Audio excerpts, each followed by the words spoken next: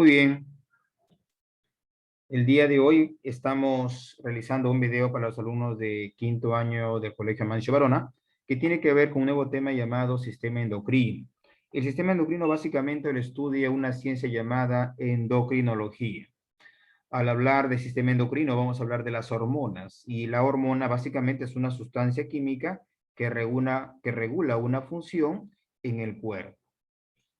Hay que tener en cuenta que las estructuras que producen hormonas son las glándulas endocrinas, y dentro de las glándulas endocrinas hablamos de la tiroides, que se ubica en la porción cervical, produce la T3 y la T4, incluso una hormona llamada calcitonina.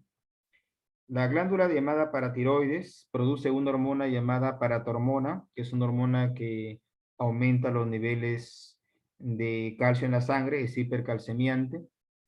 Luego hablamos de la glándula suprarrenal, que produce hormonas como el cortisol, como la adrenalina y la noradrenalina, que son las famosas catecolaminas. El timo es una glándula endocrina que está detrás del esternón, tiene su máximo crecimiento hasta los 12 años y produce una hormona llamada timosina. Esta hormona llamada timosina estimula la maduración de los linfocitos T. La hipófisis también se le llama glándula madre o glándula maestra, o en algunos textos se puede encontrar como glándula pituitaria. Es una glándula muy importante porque produce 7 hormonas importantes para nuestro cuerpo. La epífisis, o también llamada glándula pineal, ahí está. La glándula pineal básicamente produce una hormona llamada melatonina, que es una hormona que induce al sueño. Muy bien. También lo que producen hormonas son las glándulas mixtas o anficrinas, y dentro de ellas está el páncreas, que tiene una porción exocrina que produce el jugo pancreático, y la porción endocrina produce hormonas, como por ejemplo aquí se produce la insulina, el glucagón y la somatostatina. Siguiente glándula mixta o anficrina, el hígado. El hígado tiene una porción exocrina donde va a producir la bilis, que presenta las sales biliares. Y recuerden que la bilis realiza la emulsificación de las grasas. ¿Y qué es la emulsificación de las grasas? La conversión de grandes gotas de grasas en gotitas pequeñas o chicas de grasa. ¿Ya? En cambio, la porción endocrina del hígado va a producir una hormona llamada somatomedina C. Produce la somatomedina C. El riñón también es una glándula mixta porque tiene una porción exocrina que produce la orina, y la porción endocrina produce hormonas como la renina, que va a elevar la presión arterial, la eritropoyetina, la EPO, que es una hormona que estimula la eritropoyesis, o sea, la formación de glóbulos rojos para la sangre. Tenemos los ovarios, que tienen una porción endocrina donde van a fabricar básicamente los gametos. Aquí se produce el ovocito 2, mientras que su porción endocrina produce hormonas como los estrógenos, la progesterona, tenemos la relaxina, incluso la inhibina. Mientras que los testículos también se consideran como glándulas mixtas o anficrinas porque su porción, obviamente, exocrina produce gametos, como son los famosos espermatozoides. Mientras que la porción endocrina produce hormonas, como por ejemplo la testosterona y además la inhibina. Vamos a mencionar claramente que también existen, obviamente, órganos que no son glándulas que también producen hormonas, como por ejemplo tenemos el corazón. El corazón a nivel de la aurícula derecha produce una hormona llamada natriopectina, o algunos lo llaman péptido natriurético auricular. Es una hormona que básicamente disminuye la presión arterial, ¿ya? La natriopectina es una hormona que disminuye la presión arterial. El intestino delgado presenta unas células que se llaman células APUTS, donde allí se fabrican hormonas como la secretina, la pancreosemina, la colicistoquinina, incluso glucagón. Luego tenemos el estómago, que produce una hormona llamada gastrina que estimula la secreción gástrica, o sea, estimula la producción del jugo gástrico, y además se relaciona con la motilidad gastrointestinal, ¿no? Está encargado también de la motilidad gastrointestinal. Se considera además que el estómago produce una hormona llamada grelina, y la grelina es una hormona que estimula el apetito, ¿ya? Estimula el apetito. Bueno, finalmente tenemos aquí la placenta, que es un órgano que produce una hormona llamada beta-HCG.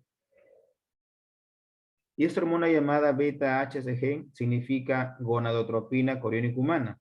gonadotropina coriónica humana. Es una hormona que lo produce la placenta y se va a detectar en un test de embarazo. El test de embarazo se llama prenosicón. Y obviamente para determinar precisamente si está o no está embarazada. ¿Ya? Si está o no está embarazada, ¿no? Para la detención de esta hormona llamada la beta-HCG. Bueno, en cuanto a las glándulas mixtas o anficrinas, habíamos dicho que presentan una porción exocrina y una porción endocrina. Con respecto al páncreas, habíamos dicho que es una glándula mixta, presenta una porción exocrina donde produce el jugo pancreático. Bueno, en realidad lo que produce el jugo pancreático son unas estructuras llamadas acinos pancreáticos, que representan básicamente lo que es el 99% de peso del páncreas. Luego tenemos la porción endocrina, representada por los islotes de Langerhans, y estos islotes de Langerhans representan el 1% del peso de todo el páncreas. Está formado por células, como por ejemplo, las células alfa que producen glucagón, las células beta que producen insulina, las células delta que producen la somatostatina. El hígado tiene una porción exocrina que produce la bilis, que realiza la emulsificación de las grasas, mientras que su porción endocrina produce una hormona llamada somatomedina C. Esta hormona junto con la somatotropina favorecen el crecimiento. Luego tenemos el riñón, su porción exocrina produce la orina, pero la porción endocrina produce hormonas. Tal es el caso que a nivel de las células yuxtaglomerulares se produce la renina, y la renina es una hormona que aumenta la presión arterial.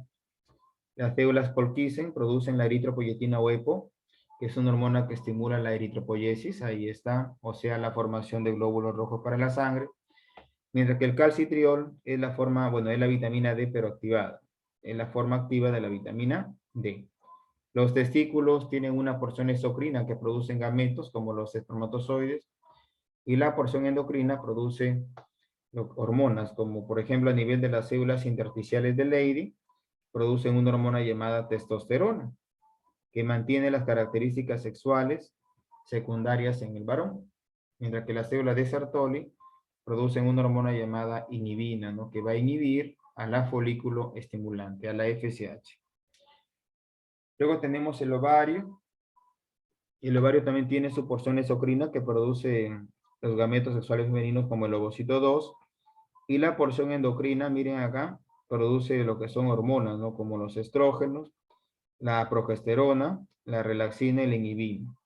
Los estrógenos incluso regulan el ciclo menstrual, mantienen las características sexuales secundarias en la mujer. A la progesterona se le conoce como la hormona del embarazo. Ahí está. Y la relaxina relaja la síntesis púbica, ¿no? En el momento del parto y del aborto. Muy bien, vamos a ver a continuación las hormonas. Bueno, las hormonas se le consideran como el primer mensajero químico, ¿ya? Obviamente van a actuar sobre órganos diana u órgano blanco, porque estos órganos tienen los famosos receptores, ¿no? Muy bien, entonces actúan sobre los órganos diana u órgano blanco, ¿no? Una característica de las hormonas es que no crean nuevas funciones, solamente modifican las ya existentes. Su velocidad de acción es lenta, dura en horas, y una duración prolongada que puede durar días, ¿ya? Obviamente las hormonas se metabolizan en el hígado y son excretadas por el riñón. Hay que decir además que las hormonas son muy potentes, incluso a bajas concentraciones. Presentan dos mecanismos de acción, de hormonas liposolubles y de hormonas hidrosolubles. Y además se vierten a la sangre, obviamente, las hormonas circulantes, ¿no? Se vierten a la sangre las hormonas circulantes. Vamos a ver acá los efectos, cuáles son los efectos de las hormonas circulantes en sangre y los efectos de las hormonas locales en el intersticio. Con el efecto de las hormonas circulantes en sangre, que decir que en este caso, miren acá, encontramos una glándula llamada hipotálamo que produce una hormona llamada oxitocina. Luego desciende y se acumula en la parte posterior de la hipófisis, que se llama neurohipófisis, y de aquí donde se almacena, se va a liberar directamente a la sangre, ¿no? Como vemos ahí, la sangre lo va a llevar hacia su órgano blanco tejido diana. En este caso, el órgano blanco tejido diana sería el útero.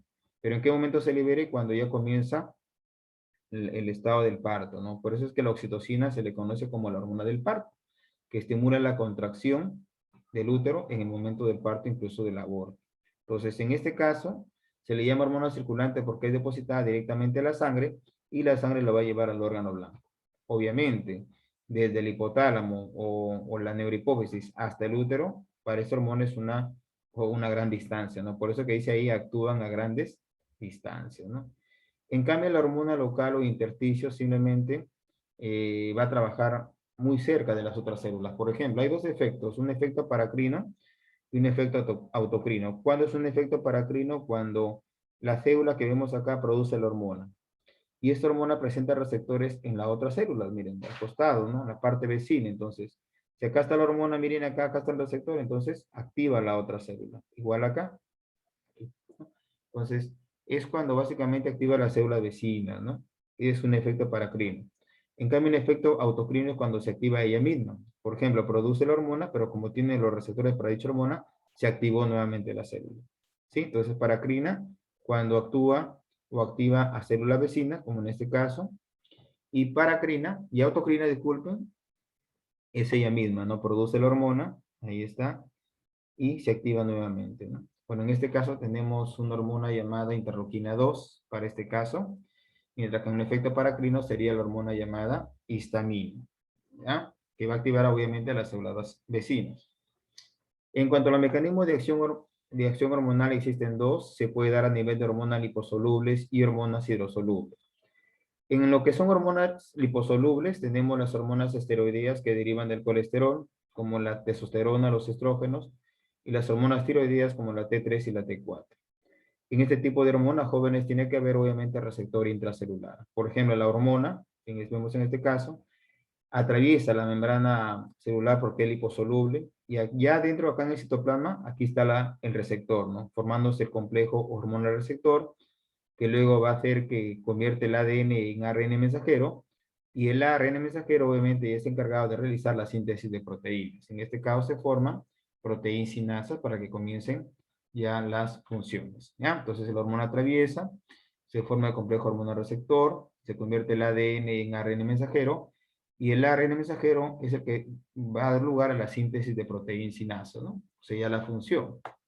En cambio, en hormonas hidrosolubles, vemos acá en hormonas hidrosolubles, como por ejemplo las catecolaminas, la adrenalina, la noradrenalina, los péptidos, incluso y proteínas, incluso una hormona llamada eicosanoides.